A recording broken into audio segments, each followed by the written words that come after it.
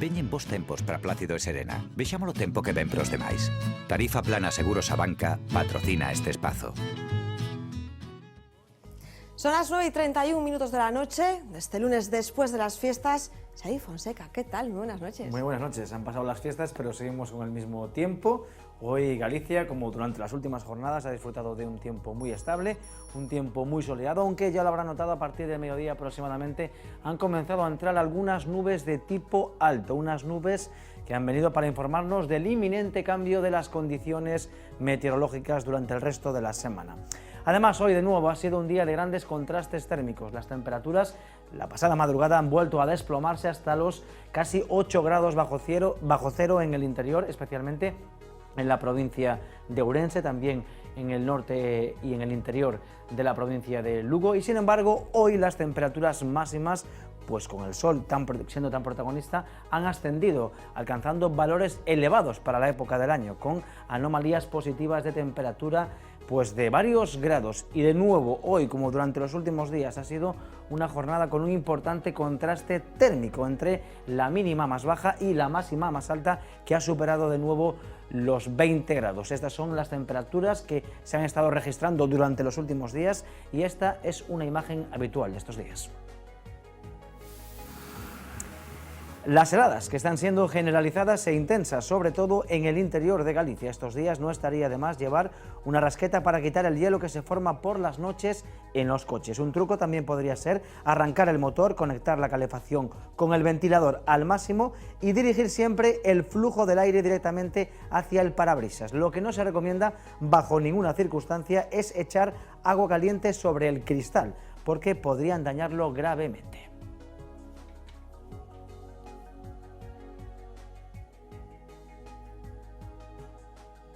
Son algunos consejos que les damos para combatir estos días con las temperaturas mínimas tan bajas, aunque las temperaturas mínimas durante los próximos días irán ascendiendo de forma progresiva. Y nuestro frío no tiene nada que ver con el frío que están experimentando en el resto de Europa. Lo venimos diciendo desde hace bastante tiempo, que esto podría pasar.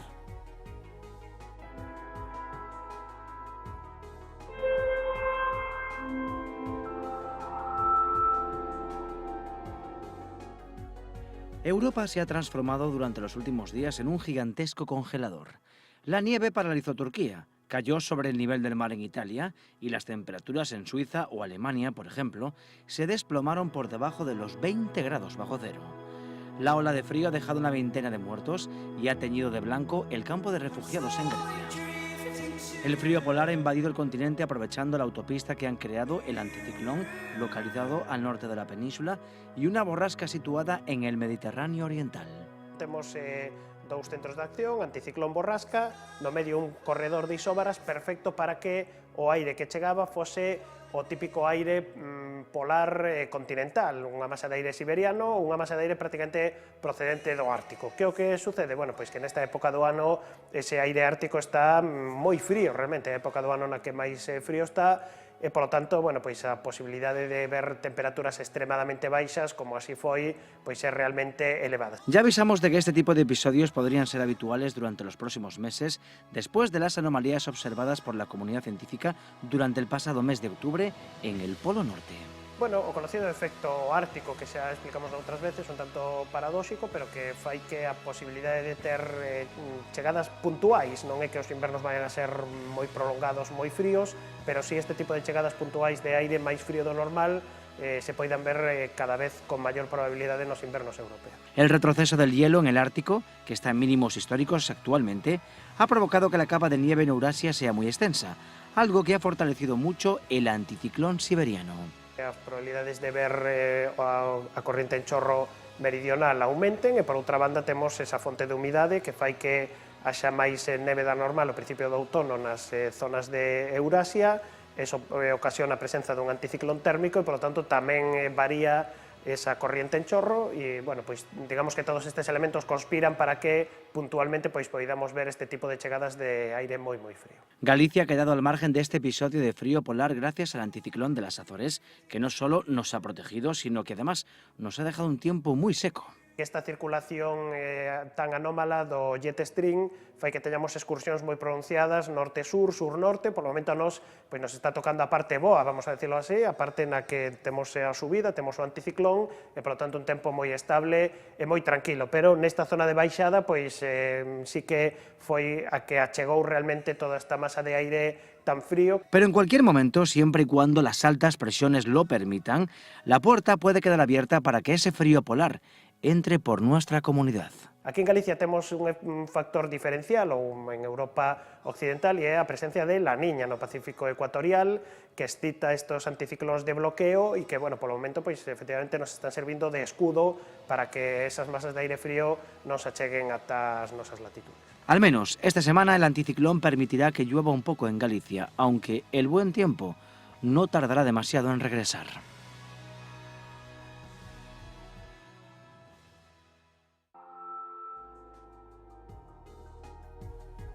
Pues sí, mañana regresan las lluvias a Galicia. ¿Por qué? Porque si vamos al mapa de las isóbaras podemos comprobar cómo por una parte tenemos el anticiclón de las Azores, movimiento a favor de las agujas del reloj, y la borrasca sobre el Mediterráneo, movimiento en contra de las agujas del reloj. El anticiclón y la borrasca han creado un corredor de vientos de componente norte. Así que mañana, para empezar, va a ser una jornada muy gris, con el cielo completamente cubierto en las 4 provincias gallegas, y además tendremos lluvias, pero van a ser unas lluvias débiles y además de carácter intermitente. Tampoco va a estar lloviendo durante todo el día y lo va a hacer de forma muy suave.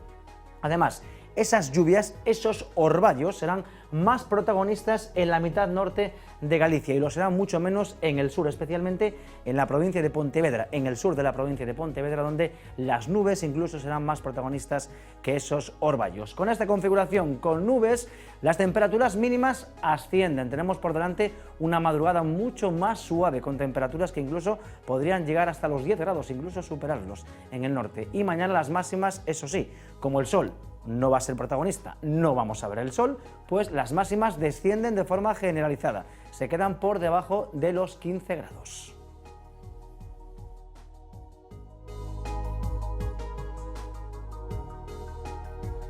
Nos despedimos con una imagen que ha sido tomada desde nuestro vecino planeta, Marte. Así lucen la Tierra y la Luna desde unos 200 millones de kilómetros. Esta imagen fue tomada por una nave de la NASA que está orbitando el planeta rojo mientras realizaba unas maniobras de calibración de sus instrumentos. Según explicó la agencia espacial, en la foto, la Tierra y la Luna parecen más cercanas de lo que realmente están, porque la observación se planificó para el momento en el que, desde el punto de vista de un observador en Marte, la Luna estuviese detrás de la Tierra.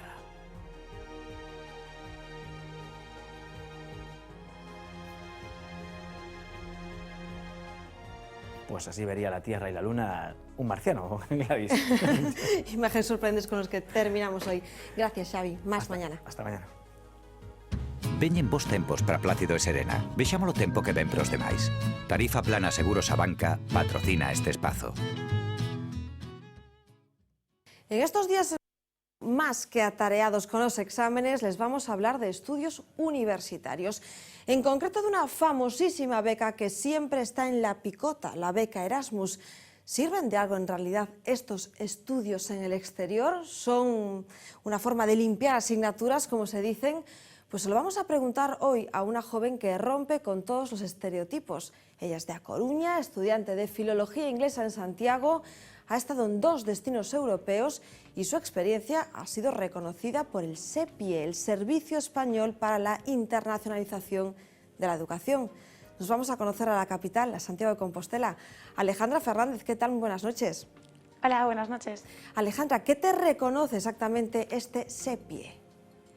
Pues en principio se supone que el premio se concedía a aquellas personas que lograsen exceder un poco o salirse un poco de los límites o las expectativas que se crean en esa movilidad.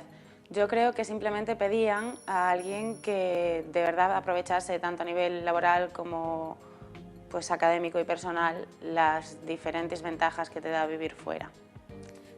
Tú tuviste que explicar tu experiencia, de la que ahora hablaremos, en 3 folios. ¿Qué se cuenta de una experiencia Erasmus en 3 folios?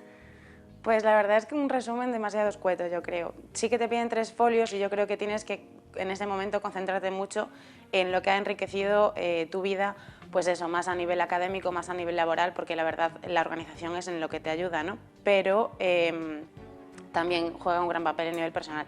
Yo personalmente, a lo mejor pues porque me dejé llevar más por las emociones, sí que me concentré mucho en lo que creces a nivel personal, porque la verdad lo de salir de tu zona de confort, de tu día a día y sumergirte completamente en otra cultura, en otro país, es lo que más me llena, por lo menos a nivel individual. Tú de primeras no tenías pensado irte de Erasmus, ¿qué te cambió el chip? Honestamente, una de mis mejores amigas fue la primera que me dijo que yo siempre también había querido irme, me había ido en primero de carrera a un viaje pues largo de 2 meses a Estados Unidos y tenía como esa sensación, pero ella fue la que me empujó más a irme y después en una conversación con una profesora recuerdo que me había dicho que son los años para irte, porque después pues, se desarrollan ciertas ataduras o ciertas circunstancias, ¿no?, que te impiden más el irte y el irte con esa libertad, con ese apoyo de, pues eso, una universidad, una organización que te da como un colchón o una comodidad que después más adelante ya no tienes. ¿Y tú ibas pensando eso de voy a limpiar unas poquitas asignaturas de este año? ¿Lo pensaste de verdad alguna vez? No, en mi caso no. Yo creo que tampoco hay nada malo en ese caso, ¿no? Es diferente necesidad, diferente papel del alumno. En mi caso fue más enriquecer la formación, porque era muy consciente de la diferencia que iba a haber en el sistema educativo, ¿no?, entre el español y el alemán, que es en ese caso el sitio al que yo me fui a estudiar. Fue simplemente escoger el destino más que por motivos de ocio o motivos, no sé, de paisaje o simplemente de cultura del país. Fue porque en mi campo, en el de la filología y más específicamente en el de la lingüística, el mejor departamento de investigación lingüística inglesa está en Alemania, en el sur de Alemania, con lo cual no fue para limpiar asignaturas, sino a lo mejor para ponérmelo un poco más difícil y aprender un poco más.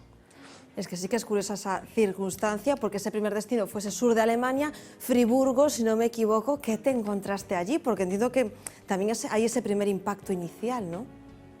Sí, sí, claro que hay un impacto inicial y posterior, antes, durante y después del Erasmus el impacto. En Friburgo en particular, a primeras, o sea, nada más llegar no fue demasiado grande porque es una ciudad pequeña, es parecida a Santiago en ese ambiente universitario, en ese moverte entre gente joven, etcétera, pero es muchísimo más cosmopolita, se mueve mucha más gente de otros sitios y eso que esto es una ciudad muy turística, ¿no?, con lo cual, pero sí, y sobre todo a gente de mi edad, entre 20, a lo mejor 30 años, y era pues un aprender más de tus iguales, de tus compañeros que del docente o no sé, de la familia, etcétera. Era más moverte entre eso, gente de tu misma edad. Porque sí que siento que encontraste diferencias con respecto a la educación que hay en España y la educación superior que se imparte en Alemania, ¿no? Sí, efectivamente. De hecho, yo creo que no es una mejor ni la otra peor, ¿no? Es simplemente depende de la necesidad del alumno. Yo creo que en el sistema educativo en el que por lo menos yo me encuentro, el alumno tiene una posición más pasiva en cuanto al profesor, al aula en sí. Allí, una vez te metes en el aula y empiezas a escuchar lo que tus compañeros tienen que decir, o sea, consta mucho más de una parte muy importante de debate. Llegas a aprender más de los conocimientos de tus propios compañeros que incluso del papel del profesor. El profesor simplemente es como un mediador, ¿no?, en lo que sería, pues es eso, una mesa de debate. Lo comentabas hace nada, unos minutos, en Friburgo está uno de los mejores departamentos de lengua inglesa del mundo. ¿Cómo se explica esto? Entiendo que para ti tuvo que ser muy enriquecedor para tu formación como filóloga, ¿no? Sí, por supuesto. De todas formas, yo la verdad no lo sabía hasta que, como te dije antes, hablé con esta profesora, ¿no? Yo tenía asumido que iba a estar en alguna de las universidades de Inglaterra o incluso de Irlanda. Y sí, segura, o sea, de hecho, estoy casi segura de que departamentos muy importantes se encuentran allí. En cambio, en Friburgo es especialmente eso, la lingüística. Lo que a mí más me llamó la atención es que desde el grado que se imparte en Santiago hay mucho peso de la formación en literatura, con lo cual moverme hasta allí fue enriquecedor desde el punto de vista de que ya no tenía asignaturas relacionadas con la literatura, era todo lingüística, todo pues variedades de la lengua, puntos de vista desde la fonética, la fonología, incluso después pasado ya un poco a la aplicación en el aula, pues a la enseñanza y la docencia. era muy enriquecedor y de hecho nos llegó a dar clase una profesora que estaba en ese momento haciendo el doctorado, postdoctorado con uno de los grandes lingüistas. Estuvo bien. ¿Qué dirías que fue lo peor de esa experiencia alemana? Porque hay que decirle a aquellos que nos ven que hablaremos a continuación de que hubo otra experiencia. ¿Qué fue lo peor en Alemania? Lo peor en Alemania. Es difícil de contar, tal vez el clima. No lo sé. Lo peor en Alemania, la vuelta, yo creo. El ser consciente de que se iba a terminar. Porque en una estancia tan corta, eran 6 meses, cuando de verdad te estás empezando a encontrar a gusto, tienes tu círculo de amigos, estás más acomodada en el sitio en el que estás, es cuando te suena la alarma de que te tienes que ir. Y sabes que te tienes que volver a adaptar, a volver a estar en casa, porque has estado como en una burbujita, tú sola, desarrollándote tú, y de repente se va a romper y tienes que volver a lo de siempre. Y fue lo peor, el último mes, diría yo, el periodo así de readaptación. Un círculo de amigos en el que había muchos españoles, porque esto también es un clásico, hay que decirlo. Sí que es un clásico. Sí que se repite en muchos casos, yo creo. No es lo de siempre, o sea, no se aplica absolutamente a toda la gente que se va, sí que es un clásico. En mi caso no, de hecho éramos yo y mi compañera, me fui con mi compañera de piso de Santiago y éramos las únicas españolas de nuestra pandilla de amigos. Sí que partiendo de la base de que buscamos un poco salirnos del estereotipo de andar siempre con españoles, al final acabamos con un grupo más reducido de amigos, ¿no? Pero aún así era pues gente de Francia, de Grecia, alemanes, llegamos a conocer gente de Egipto, gente de Siria, gente de Australia, de Canadá, y claro, es una manera de crecer pues diferente, ¿no? Porque te beneficias muchísimo de las historias de vida de otras personas que no tienen absolutamente nada que ver contigo. Para que los que ven entiendan cómo ya llega ese reconocimiento a ti, hay que decir que después de esa experiencia alemana te lanzaste directamente a otra, que era en Dublín, en este caso con unas prácticas, te quedaste enganchada al Erasmus. Sí, es un poco adictivo, la verdad, porque es eso, es al sobrepasar esos límites y ver que eres capaz de hacer cosas que no sabías que eras capaz de hacer, quieres volver a experimentarlo, ¿no? Y decidí irme incluso antes de irme de Alemania. Recuerdo que la entrevista para el Erasmus Prácticas la hice desde mi habitación de la residencia de Alemania y ya me decían, pero ya estás en el extranjero, ¿qué quieres volverte a ir? Todavía no has pasado por casa, pero sí, efectivamente, estuve un mes en España, creo, antes de irme otra vez a Irlanda. Tu momento ahora, Santiago, hay que decir que tiene mucho que ver con esto, estás en la Oficina de Relaciones Exteriores. ¿Cómo es estar al otro lado? Es muy interesante, porque yo creo que una vez estás disfrutando de la beca, disfrutando de la movilidad, no eres muy consciente de todo el trabajo que conlleva. Es más, yo que en el momento en el que estaba fuera me quejaba mucho de la tardanza, de la mala comunicación, porque es por email, o sea, muy pocas veces hablas por teléfono, pero una vez estás dentro, es que la cantidad de trabajo que genera solo una movilidad, y hay cientos de ellas, es increíble. Y nada, te da ganas de incluso ayudar, o sea, de aportar ese granito de arena para que la gente se siga yendo y se siga moviendo y siga pues disfrutando. Alejandra, con el entusiasmo que hablas, ¿tú crees que la beca Erasmus está siendo o ha sido muy maltratada, que está injustamente definida de una forma muy particular y que aporta más de lo que parece? A nivel de los estereotipos que se crean alrededor de lo que tú mencionabas antes, de que sí que se cree que vamos a limpiar asignaturas, que nos movemos, que en realidad no salimos de casa, que nos movemos en círculos de españoles, yo creo que eso son líneas de pensamiento que se crean por la base de que simplemente se está extendiendo, ¿no? Que es algo que la gente está haciendo más. A nivel económico y cómo se está tratando la beca, sí, yo creo que la verdad a mí personalmente me da pena, porque además soy consciente de que hay mucha gente que se queda sin ir simplemente porque, a pesar de que nos dan una beca mensual, esa beca muchas veces llega tarde o simplemente no es suficiente para el país que te está acogiendo, y hay muchas familias que no pueden invertir esa cantidad de dinero para que el alumno se vaya en primer lugar. Entonces yo creo que sí que se debería invertir pues, o más apoyo, o sí, más apoyo, un soporte más grande para que la gente continúe yéndose, porque simplemente es algo que enriquece, es eso, a nivel personal, laboral y de expectativas de futuro y todo, ahora mismo. Bueno, pues hay que decir que esta mujer tan joven a la que ven en sus pantallas piensa ya en otros destinos como Australia, Nueva Zelanda o Estados Unidos. Esto ya es engancharse a irse al otro lado del mundo, Alejandra.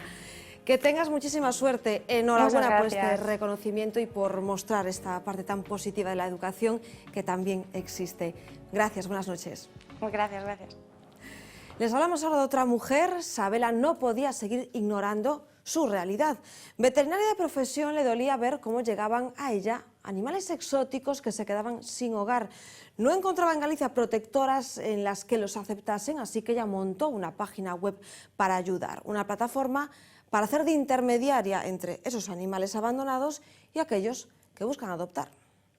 Se llama Pogonilda, un nombre digno de un artista, y para ser francos, le gusta la buena vida, ama tomar el sol y comer. Aunque las pogonas provienen de Australia, esta saborea Galicia.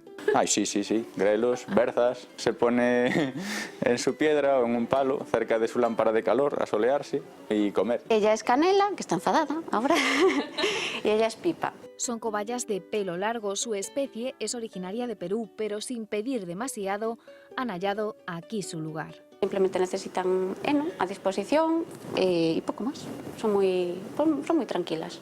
Son solo 2 de los casi 100 animales exóticos a los que Sabela ha encontrado un hogar durante el último año a través de la plataforma exóticosenadopciongalicia.com. No había ninguna plataforma para dar salida o buscar hogar a esos animales exóticos que por diferentes circunstancias, pues de hecho la mayor plataforma que mueve animales exóticos en Galicia es Mil Anuncios, que es, bueno, incomprensible, ¿no? Que los animales se regalen por páginas de compraventa, ¿no? Para adquirir algunas especies consideradas invasoras se exige un certificado, pero para la mayoría no. Comprarlas es muy fácil, cuidarlas no tanto. Un petauro es un pequeño marsupial, se vende en tiendas, son nocturnos, tienen una alimentación bastante complicada, no se entiende muy bien cómo ese animal llega a ser una mascota. Cuando la mascota les supera, a veces llega el abandono inconsciente. Esta tortuga ha crecido demasiado, bueno, pues vamos a soltarla en el río, que seguro que va a ser mucho más feliz, ¿no? Bueno, ese tipo de cosas son atentados contra el medio ambiente. Cucho llegó a ella pidiendo ayuda. Porque el pobre animal tenía artrosis, se había mordido mucho el pelo de las patas y toda la barriga, las uñas las tenía, bueno, muy largas, tanto que le deformaron los deditos. Esta mimosa cobaya y Bolita, una joven chinchilla, son los exóticos que ahora buscan un hogar. Siempre se envía un cuestionario para una serie de preguntas, simplemente pues cómo lo van a tener, cómo va a vivir, si es compatible la adopción, pues se firma un contrato de adopción y se entrega al animal. Un contrato para blindar su derecho a ser tratados como se merecen. Es enero y además de la cuesta económica llegan también los remordimientos, porque es prácticamente imposible no haber cometido excesos en la mesa. Pero como sentirse mal no quema calorías, les vamos a ofrecer unos sencillos consejos para recuperar el equilibrio y con él la salud. Alimentos prohibidos no hay, hay unas cantidades prohibidas. El problema es que venimos de unas fechas en las que lo más fácil es caer en el exceso. Lo que tenemos que hacer es volver a las cantidades originales, que son las que necesitamos comer. Empezar por un buen desayuno, comer una comida normal y acabar el día con una cena ligerita. Ligerita no quiere decir que sea una ensalada, sino un plato bueno de comida, pero de cantidad ligera.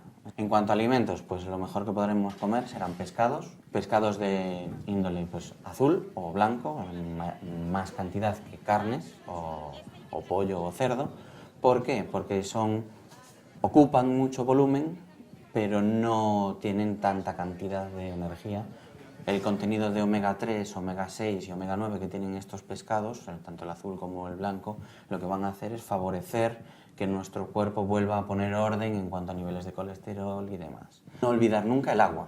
El agua es muy importante porque ahora se venden un montón de pastillitas y de tratamientos detox, que en realidad es un timo.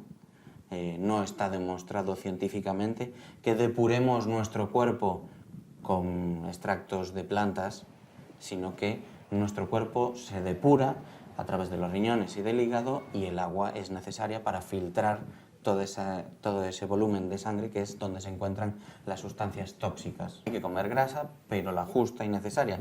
Hay que quitar los excesos, es decir, volver a comer limpio. Cuanto mejor al horno, a la plancha o cocido, cuanto más limpio de salsas y adobos, mejor. Si no se hace ejercicio, evidentemente, por mucha agua y muchas cositas a la plancha que se coman, no se va a perder el peso tan eficazmente. Volvemos con más de contar mañana a las 9 de la noche. Que pasen una feliz noche. Gracias por estar ahí.